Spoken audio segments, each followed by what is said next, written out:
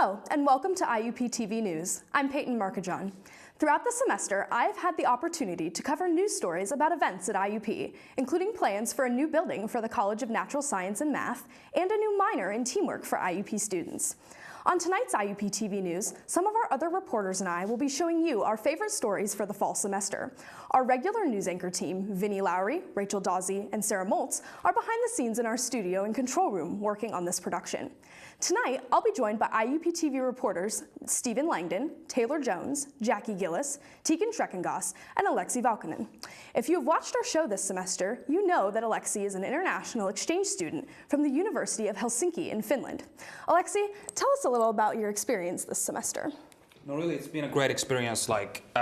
Especially, it's been a big opportunity for me to work in TV. It's like the schools in Finland that teach this kind of stuff. It's like they're really exclusive and really hard to get into. So I haven't done that at all. So it's been really like nice of a break from my real major, and really I feel like doing the stories for the news has made me be less Finnish. I have to be more open and more of a people person, and we're not really used to that. And it's been great working with you guys on here. Maybe that's the major reason, really. Well, Alexi, we certainly enjoyed having you on our team this semester, and we will miss you in the spring. Now, tell us about your favorite story from this semester. The story I wanted to share on our show tonight was an event to support open-minded communication about Islam and the religious practices of Muslims on the IUP campus.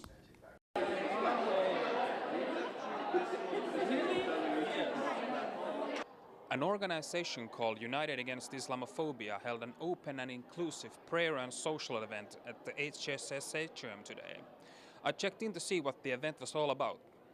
The event started with an Islamic call to worship, after which the congregation gathered for Jummah, a Friday prayer.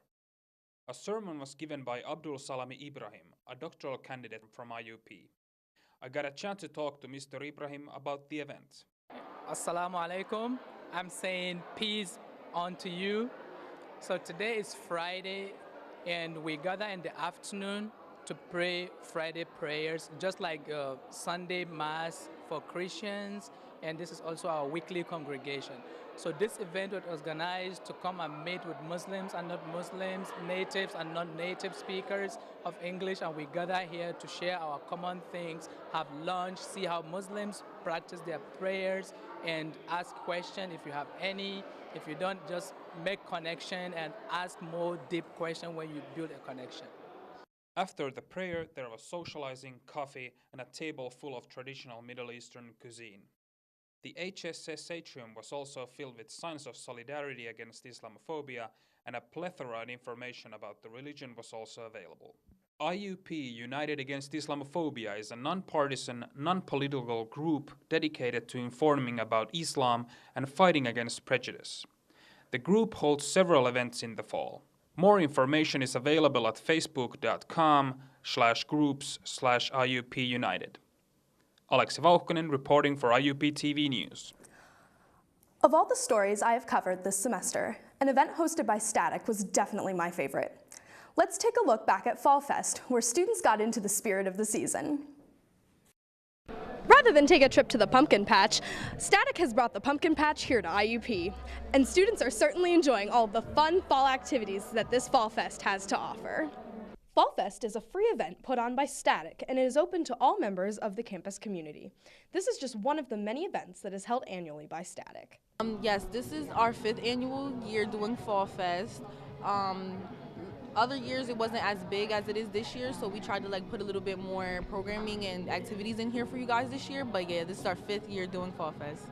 Some of the activities available for students to enjoy included pumpkin carving, seasonal crafts, a few games, and even a photo booth. There was also a wide selection of fall desserts and beverages. I just got here a couple minutes ago, but already I feel like I'm just immersed in fall right now. I was over there doing a wreath thing, and now I'm making this pumpkin here.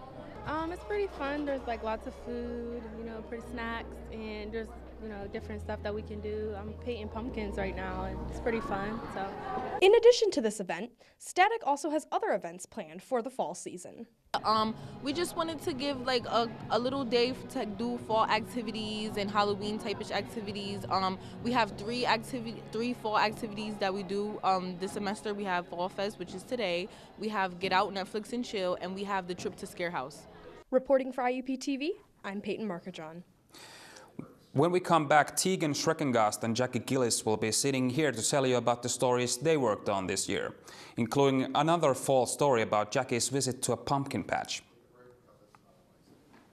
The Communications, Media, and Instructional Technology PhD program gave my life direction. This program was perfect for me with a combination of research and media production.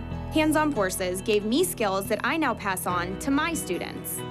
I use all three areas of the program, production, theory, and research, every day in my job as a college professor. Learn how the CMIT PhD program can change your life. Visit iup.edu/CMIT. Can I go to the sleepover? Lucy, I want you to promise me something. If there's any drinking, I want you to say, "No thanks, not my thing." Mom. I promise you, your real friends won't care.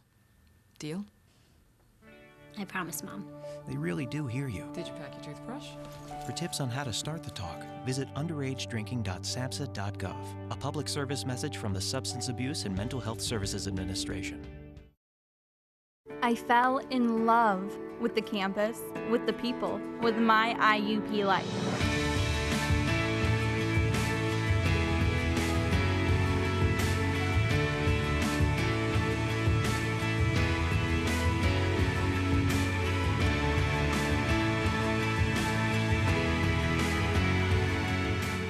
See it for yourself. Visit us. Indiana University of Pennsylvania. Find your success. Welcome back to IUP TV News. I'm Jackie Gillis. And I'm Tegan Schreckengast. My first story of the semester was about renaming one of IUP's colleges. I talked to the Dean of Education and Communications about what the new name change means for IUP. What was once the College of Education and Educational Technology is now the College of Education and Communications, home to all of IUP's teacher preparation courses in the largest undergrad program of the college, Communications Media. We spoke with the Dean of the college, Dr. Laura Luca-Hines, about the name change. The College of Education and Communications, we think, is a much more comprehensive and inclusive name. So not only was Communications Media, as a significant part of our college, not represented with the Education and Educational Technology name, there are other areas that didn't fall well within that umbrella. Another one that's communications related is the speech language pathology and audiology programs under communication disorders. So we believe that education and communications not only brings in the communications media major, but also that communications disorder major. Now, if we wanted to be really inclusive, we would have tried to also find some terms that would bring in some of our graduate programming and counseling and psychology, but that became really difficult, and so we felt the name education brings under all of those areas of education and allied educational areas, and then communications brings in all of those communications related areas. Dr. Jeff Vertangeli was responsible for designing all the college's new marketing materials. A few of the marketing materials created include a high-five highlighter, a travel phone charger, and a temperature-changing cup. All the products created fall in line with the college's new slogan. The slogan that we're using, Inspire, Transform, Lead, represents the mission of our college and of all of our departments. After a long process starting in the spring of 2017, the college received a new identity. On opening day, a banner was placed on Stouffer Hall letting IUP know the department had received a new name. The College of Education and Communications rebranding efforts were launched during the beginning of the fall semester. I'm Tegan Schreckengast reporting for IUP TV News. One of our regular reporters, Taylor Schaefer, couldn't be here tonight to introduce her story, but we wanted to share her work on this story about IUP's recruitment open house. Some 400 high school students visited IUP on Saturday to see what the university has to offer. Go ahead and get started. The open house begins in Fisher Auditorium, where students get an overview of what the day will include. Following the college welcoming, students and families break into groups based on their interest in an academic college and major. Each department offers a chance to tour the facilities. I had the opportunity to follow a group interested in communications media. Located in Davis Hall, Donald Windsor had a chance to give an overview of the IUP TV facility. So this is the best for the students because this is their first impression of IUP. We want to give them the best first impression. We want to make them feel welcome. We want to take them to their departments and show them a normal tour that they would have if they come for a tour, like a regular scheduled tour. And just a great opportunity for someone in 11th or 12th grade right now to go visit a college like IUP and get the best experience they can on a Saturday. IUP offers these open houses throughout the academic year and also the summer. I'm Taylor Schaefer, reporting for IUP TV News. One of the other members of our news team has been a little camera shy this semester. Paige Kreischer has covered several stories for our newscast, but is happier behind the scenes than in front of the camera. Here's Paige's story on IUP's Cybersecurity Day. We're the victims of ransomware attacks.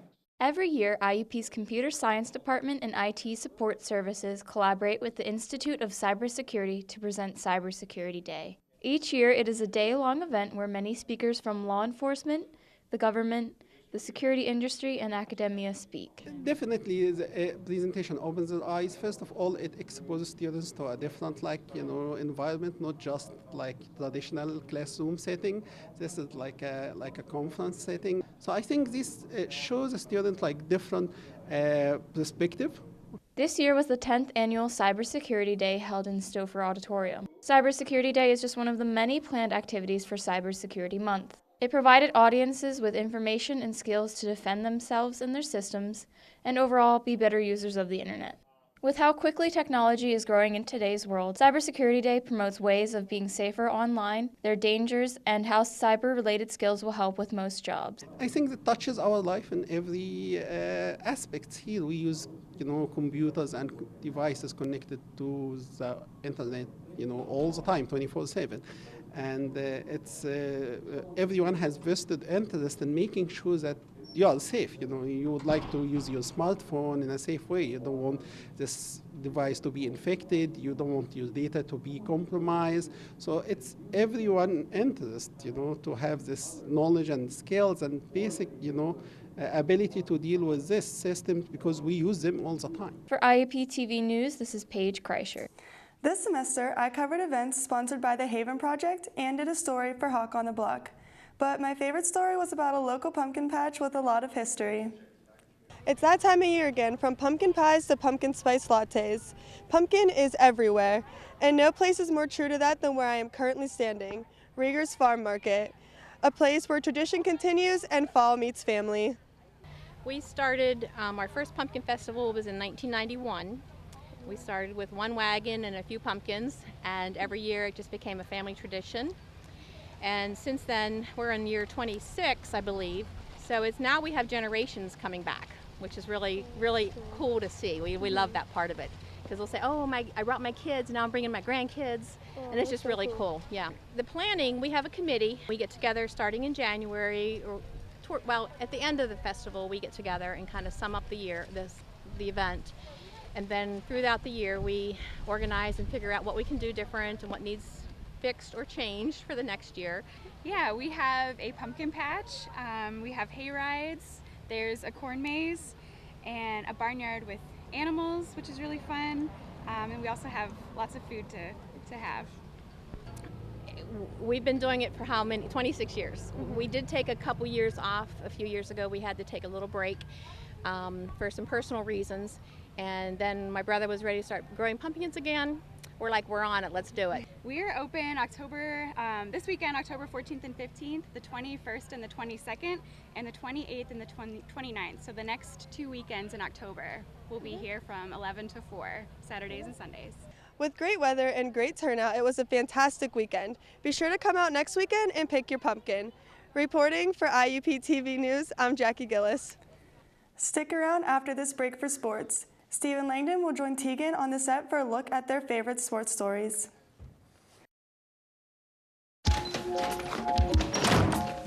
You! Oh! Your fault. You! My fault? Your fault. Ugh. Your fault. You're right. What? It's my fault. What do you mean your fault? You're right, it's my fault. Maybe both of us? Maybe just you.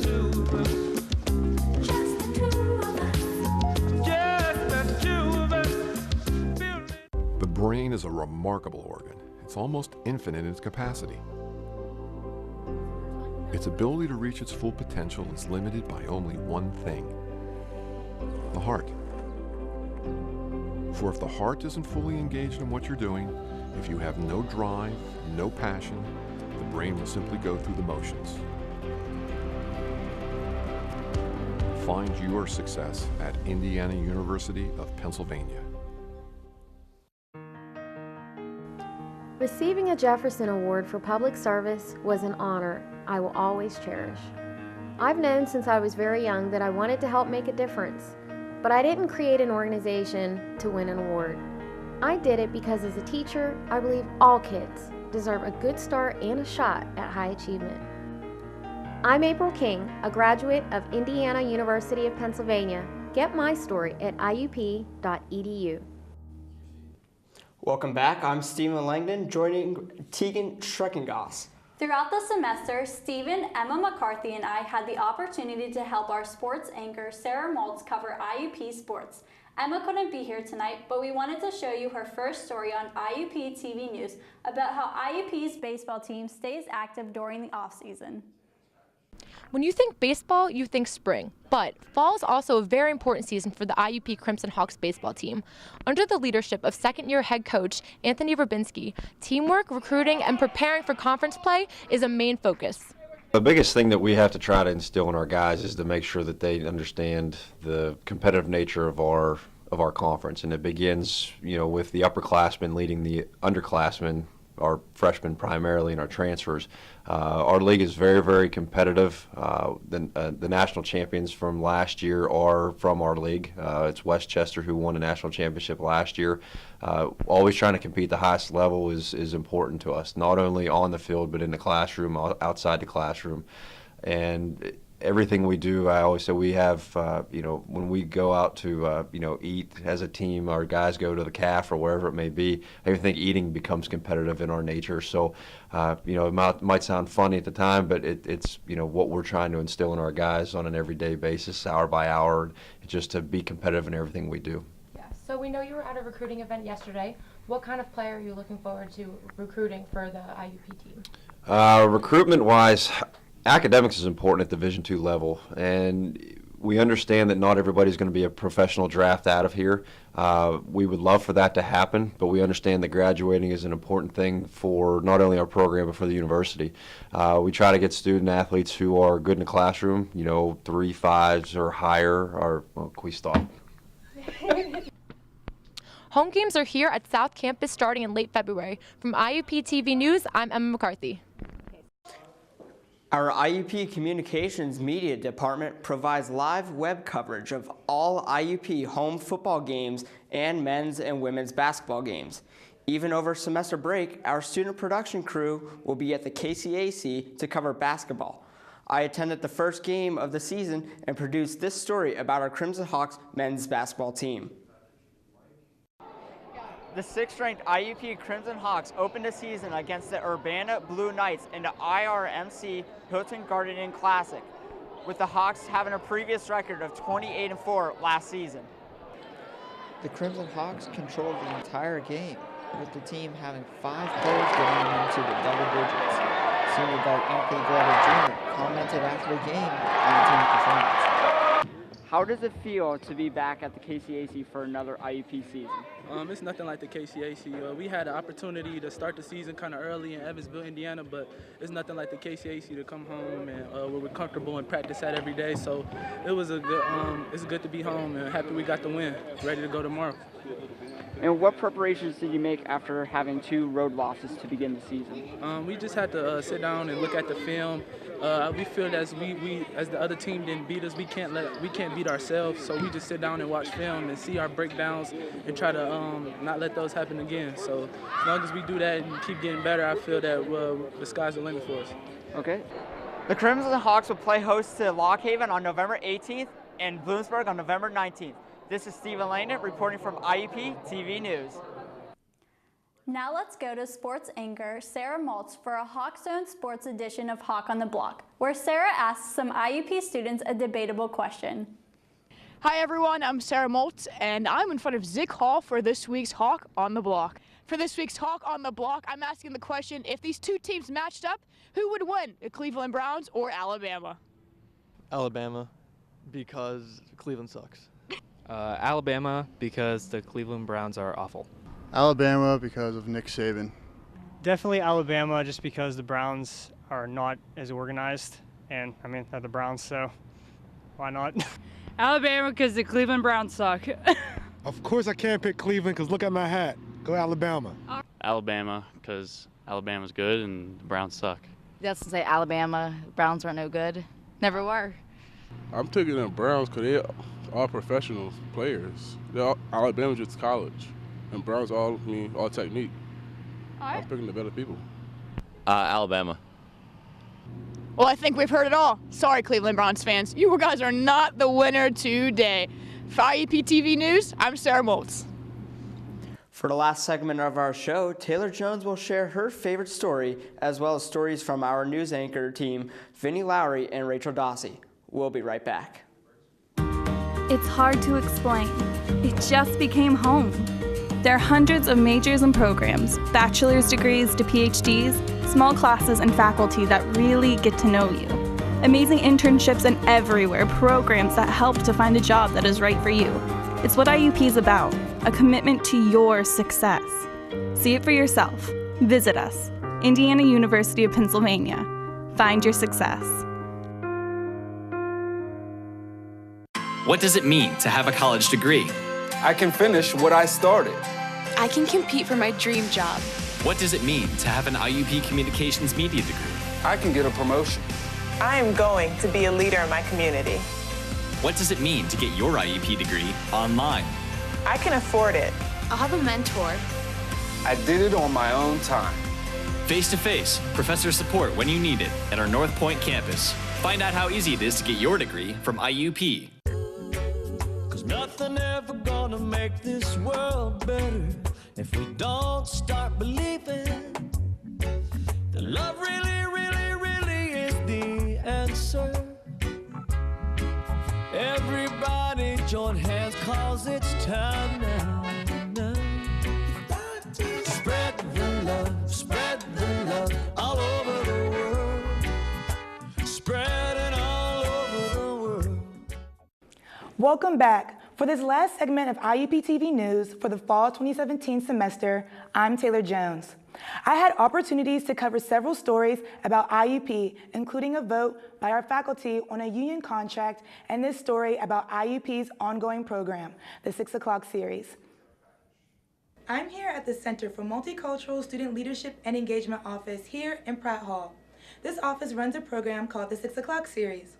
People who attend it learn about current events and look at topics from a new perspective. The program is targeted towards college students and campus community. Coming to this series does leave people with a new view on how things are. The 6 o'clock series exists, I think, to help bridge the gap between what students learn in the classroom and then what they learn outside of the classroom. A lot of our programs combine entertainment and education. It helps students become aware of topics that they might not otherwise think about. For every program, there's always a different moderator, and that moderator is chosen by the people who are on the panel. The 6 o'clock series co-sponsors every program, but then we have different departments and academic, different student affairs departments, different academic departments who co-sponsor community organizations. For instance, tonight's program is also co-sponsored by the Suicide Task Force. So really, if there's a panel and a moderator, that moderator is determined by whoever's co-sponsoring the panel. A good amount of students do come to the lectures, but there's a special one that the series does have. Each year, we've been bringing a Holocaust survivor, and usually that gets a really good turnout, really interesting stories. We don't have, with that generation being as old as they are, it's nice to have the opportunity to hear from somebody who went through that. With the fall semester almost coming to an end, the program still has some lectures left for the students. Next week we have one on Thoreau. It's the bicentennial of the author Thoreau, and the following one then will be our Veterans Day celebration. The 6 o'clock series is every Monday in the Hub Ohio room. All lectures are free and are available to the public. I'm Taylor Jones reporting for IUP TV News. One of our alumni from the Department of Communications Media was back on campus this semester to be recognized by IUP for his professional work. News anchor Rachel Dawsey had the chance to talk to the owner of Evil Genius Brewing, Luke Bowen. Yeah, so we came up with the name Evil Genius sort of in a roundabout way because, you know, the branding and the name of your company is so important. I mean, it says so much about you before you have the chance to really say anything about yourself to new people. And it was really just sort of one night, we overthought it. And we came up with all these, you know, super regal names that we didn't like or that were just too bougie. And, you know, we decided to, you know what, let's just go relax. Let's go visit a couple breweries. Let's kind of go out on the town, have some dinner, and just sort of get ourselves in a good creative mindset.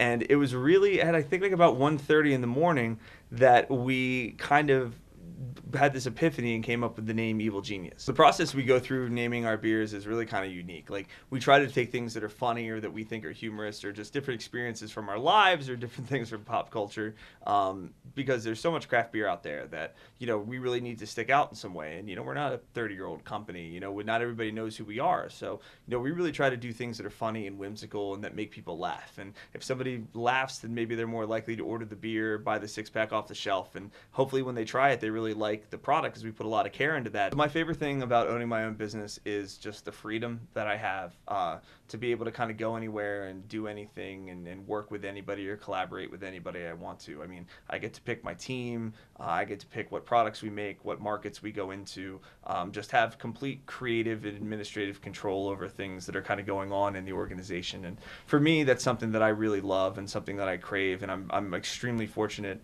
to be able to do that at such a young age. My undergrad work here was really impactful, has really helped impact the rest of my life, actually. You know, I dated somebody here whose family was in the beer business, and that was the first time I actually had ever met anybody that worked in that industry, and I just became so inspired by that I just kind of made this decision in my heart of hearts that this is something I was going to do at some point in my life. And, you know, if it wasn't for coming here and being in this program and having this interaction with this person at a critical juncture in my life, I never would have been turned on to the beer business, and who knows where I would be or what I would be doing. Also back in September, news anchor Vinnie Lowry visited the Indiana County Fair. We think only a city boy would call cows exotic animals, but here is Vinnie's take on what he saw at the fair. The historic 150-year-old Indiana County Fair has been a family favorite, featuring one of the most exotic animal exhibits. Cows. I like to look at them. That was Trent Bowser from Atworth, Pennsylvania, one of thousands that came out this week to see the final product, co-organized by Ed Nierig and his fair board. The history of the Indiana County Fair is, it's been in existence for 155 years. There was 2 or 3 years during the Depression years that they did not have a fair, and also during World War II. The big attraction this year was the Dylan Scott Show, which was last night. As soon as this fair is over, we'll start looking around for next year, and we will probably be having another concert. Of course, the name has not been picked yet. The Indiana County Fair is always a week before Labor Day, and it's right here in Mack Park within Indiana. For IUP TV News, I am Vincent Lowry. We have had a great year producing IUP TV News, but couldn't have done any of this without the work of our crew, including executive producer Brianna Shriver, director JJ Kearney, and Paige Kreischer, who did everything from shooting video to editing and running audio. Thanks also to Rami Shaban, who created our graphics, and Mr. Chris Barber from the College of Education and Communications, who always made sure our set and equipment was ready for production. We can't forget Dr. Wilson, who brought all of us together and made this possible. Thanks to all of you for watching, and we look forward to producing more stories for IUP TV News in the spring semester.